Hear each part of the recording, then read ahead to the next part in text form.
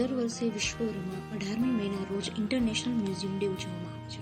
Museum કોઈપણ માણસની જિંદગીમાં કેવી રીતના મહત્વપૂર્ણ છે અને શું કામ કરે છે તે અંગે જાણો નિષ્ણાંત પાસેથી.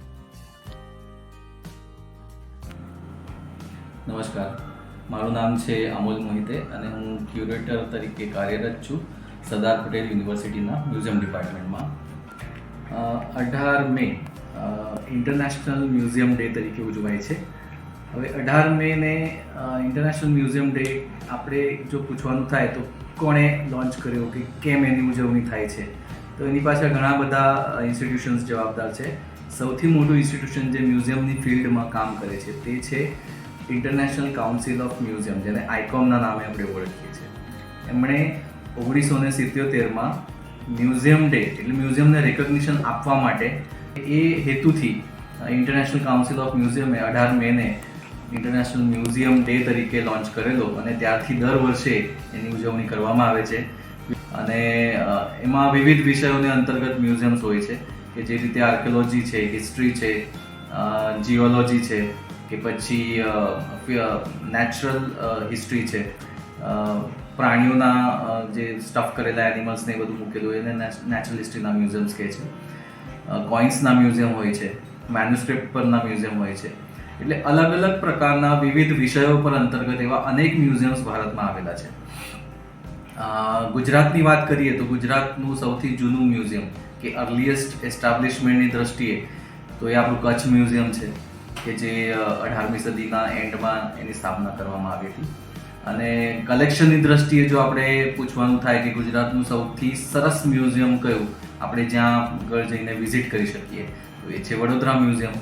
તો વડોદરા મ્યુઝિયમમાં જો તમે કોઈએ મુલાકાત કરી હોય તો ત્યાં આગળ તમને ઇજિપ્તની મમ્મી પણ જોવા મળે, એક વ્હેલનું સ્કેલેટન પણ ત્યાં મૂકેલું છે.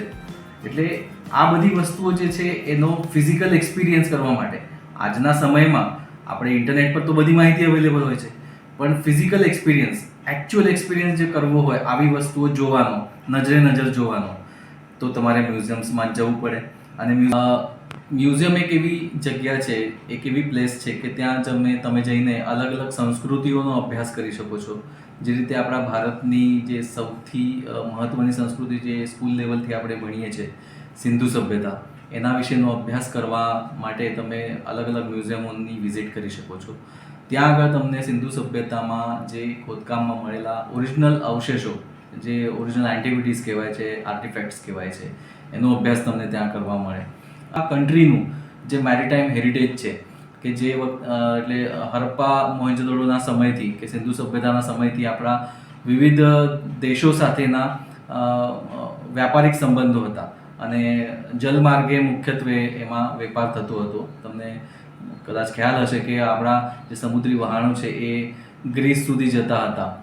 ઇજિપ્ત, ગ્રીસ, પછી આ બાજુ તમે સાઉથ ઇસ્ટ એશિયાની વાત કરો તો ઇન્ડોનેશિયા, ચાઇના, એ બધી જગ્યાએ આપણા વહાણો એ રીતે જતા હતા. તો એ જે મેરીટાઈમની હિસ્ટ્રી છે, એનો જે ઇતિહાસ છે, અને એના ભાગ સ્વરૂપે આપણી જે સંસ્કૃતિનો વિકાસ થયો અને પ્રસાર થયો અલગ અલગ લેવલ પર, માત્ર આર્કિયોલોજી, હિસ્ટ્રીને જ નહીં પણ એન્થ્રોપોલોજીકલ લેવલ પર પણ આપણે એનો અભ્યાસ કરી શકીએ. માનવ જીવન વિજ્ઞાન પર એનો કેવો અસર થાય છે એ પણ તમે આ બધી વસ્તુઓ તમે મ્યુઝિયમ્સમાં આવીને સ્ટડી કરી શકો છો.